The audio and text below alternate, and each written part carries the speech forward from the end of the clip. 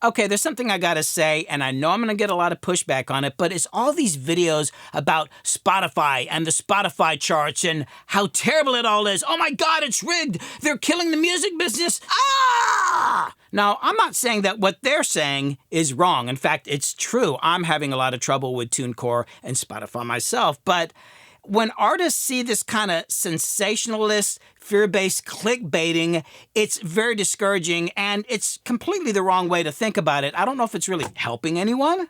Looking at Spotify charts is a very outdated way of looking at things. Popular culture is no longer ubiquitous.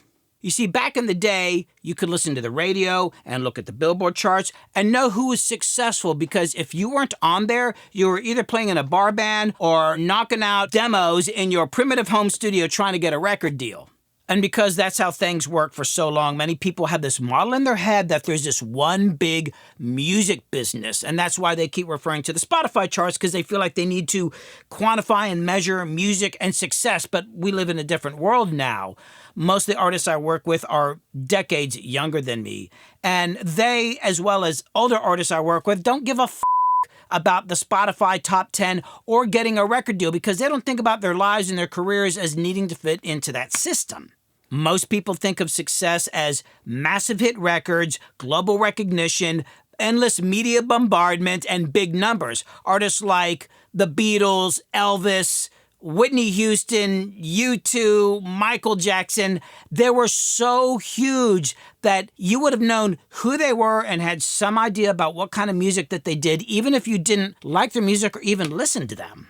But you're probably going to be seeing a lot less of those kind of massive superstars, because today's entertainment culture is more fractured and diversified. That is, of course, unless there's some sort of like monopolistic entertainment corporation that takes over the whole world and plunges us into a dystopian nightmare, which is a whole other video.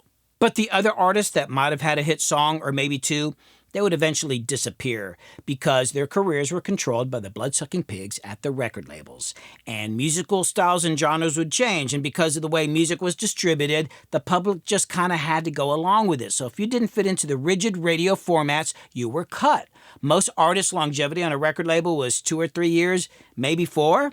And even if your 1 or 2 hit records were really, really huge, there was not much of a way for you to maintain presence or contact with your fans after you were dropped. So there was little or no way for you to market your tours and independent record releases. So you were essentially done.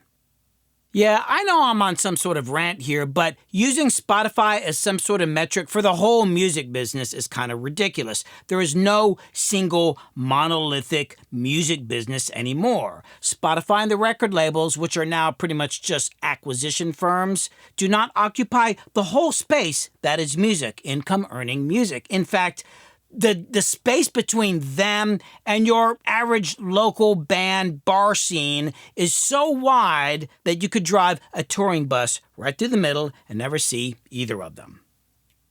Independent artists today look at their careers as building a small business as opposed to being part of a hierarchical system. They get on social media, they tour, they're focused on building a loyal fan base who will come to their shows, buy their merch, stream their songs, and support them on Patreon, Bandcamp, Discord, their own websites, whatever. Now, you might scoff and say, oh, they're not going to make a lot of money doing that sort of thing. But I tell you, artists back in the day who were on major record labels, they typically didn't make any money after the initial advance, and they didn't even own their own music. But these new artists can make a decent living being independent. They can maintain it for as long as they want. They own their own music. They have control over their own lives and their careers without you even knowing about them. I just had a phone call with an artist I've known a really long time, and he told me that his profit on his merch, the profit on his merchandise alone, is over $80,000 a year. Not too shabby for somebody doing it on their own. Hell, look at bluegrass music today. If I'd told somebody 20 years ago that I was going to be a bluegrass musician for a career, they would have been like, good luck. These people are playing acoustic instruments, there's no drums, there's no choreographed dancers, and they're playing traditional music like Billy Strings. He just got out there and started playing because he loved it. He became very good at what he did. He became known in the bluegrass world. He got on social media. He toured relentlessly, and he was just himself, a really laid-back, genuine guy. He got out there and he connected to people. Now, on Spotify, I'm going to use the Spotify charts. On Spotify, he's got 2.2 million monthly listeners. Not bad for an independent artist. Now, Bruno Mars, he has about 144 million monthly listeners. Lady Gaga's got 123 million. The Weeknd, he's got 121 million. I mean, there's more. But, according to some people, Billy Strings, I guess, isn't doing that good. But the dude's selling out arenas.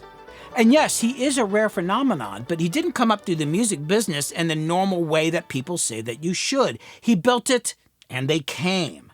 And then there's the infamous String Dusters, who I've done several albums with. They've got 168,000 monthly listeners on Spotify. Not a crazy high number, but they actually do make a little money on there. And even though it's not their main source of income, the fact that they make any money on there is probably because they own their own masters. Now, what they do is they tour. They play theaters across the country. They've headlined at Red Rocks Amphitheater. They play festivals. They do their ski tours and their jam cruises every year. They're making a good living and having a great life. We won a Grammy for an album we did together called Laws of Gravity years after I quit thinking about being part of the music business, and I'm pretty sure that the band felt the same way about it as well. And I just got done mixing their 20-year anniversary album a couple days ago. Think about that. 20 years together and still going strong. How many bands can say that? And there's a multitude of bands out there playing every genre imaginable that are having some sort of a sustainable career. And let's not forget about Teddy Swims and the Instagram artists that I've seen build up a following, and now they're doing national and international tours. And you know why they can do that? It's because they're in their own business. Billy Strings is in the Billy Strings business. The infamous String Dusters are in the infamous String Dusters business. Just the same way I quit thinking about the music business and got into the Billy Hume business. This kind of thinking allows you to get outside of the box and come up with your own way of having a career without having to stand in line with your hat in hand.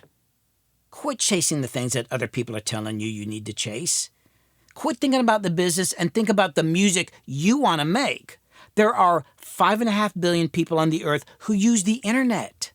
That's more than the total population of the earth than when I started my music career. And you can reach them from your living room or your basement. And you can probably find an audience big enough to have some sort of a music career. You're more likely to do that if you're doing something original and unique rather than competing with the Spotify top 10. There are no rules. It's the Wild West. So quit banging your head against the wall and do your own thing. Just do it! I really think it just comes down to, what do you want out of life? Really want? Maybe you do want to compete on the Spotify top 10, and that's totally fine, but you can do your own thing. There was a comment that somebody left me on a video recently, and he said that he'd been doing music for years and never made any money, so he gave up. And my response was, why did you do music in the first place? That is the reason you should still be doing it. Also, when I hear stuff like that, it makes me wonder, how many years did they really put into it? I was totally committed to music by the time I was 15 years old, and I never made any kind of profit till I was 35. And the reason that happened was because I actually gave up on getting a record deal and being in the music business and decided to just do my own thing, which strangely enough brought the music business to me. Weird how that works. Well, anyway, that's my rant. I hope you enjoyed it. If you got something to say, leave a comment. Remember to subscribe. Also, watch my Wednesday afternoon live streams, which usually start out with some sort of a plan and then usually head off some other direction. In the meantime, always be unique.